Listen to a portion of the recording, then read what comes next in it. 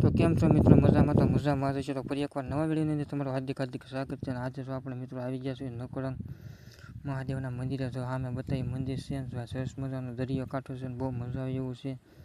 અને અહીં મિત્રો ઘણા બધા લોકો જો બધા હાલીને આવે છે, કારણ કે મંદિર છે બહુ અંદર 1 કિલોમીટર જેટલું અંદર છે. અને આ બધા જો આ રીતનું પાણી જાય છે, અને આની પાસે ખૂતે એવું છે, એટલે બધા છે પાણીમાં હાલે છે.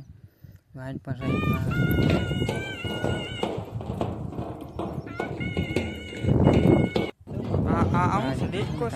કરિશ્લા ને એવું બધું છે, માછલી ને એવું બધું ઘણું બધું છે.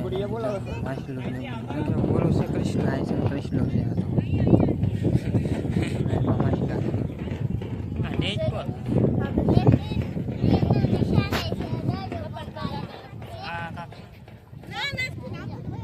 બધા કૃષ્ણ ની ઝીણા ઝીણા છે, મોટા છે, પણ મોટા હોય ને આમ થોડાક આઘા હોય, કાંઠે ન હોય.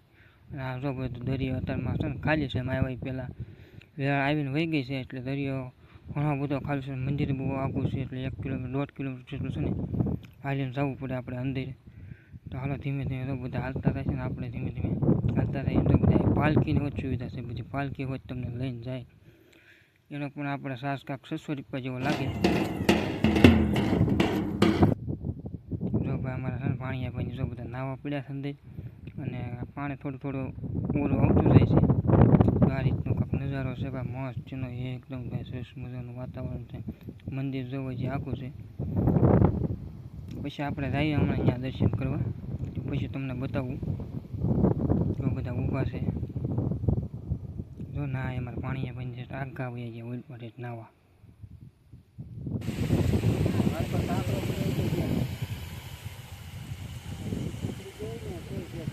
બહુ આગા વયા ગયા છે ઓલ પર સાઈડમાંથી.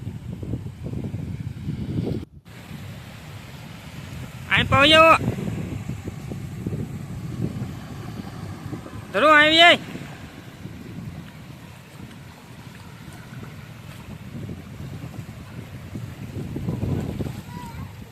બસ હવે મારી ડૂબકી મારી જા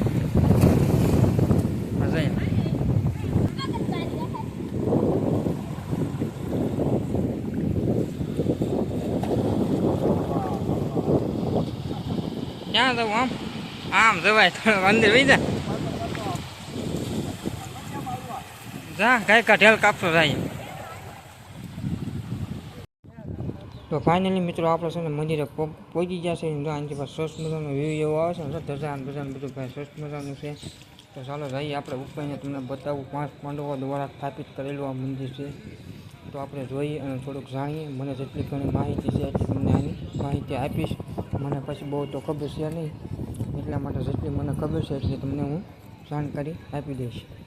તો જુઓ મિત્રો, આની પાસે આવા કુંડ હોતે ને, આ બધા હવન, જે કોઈ લોકો હવન કરવા હોય એમના માટે હવનની એવું બધું સુવિધા છે અહીંયા. ફરતો મોટો આપણે ઓટો થઈ ગયો છે અત્યારમાં, અને બધા તો શિવલિંગના એના દર્શન કરે છે.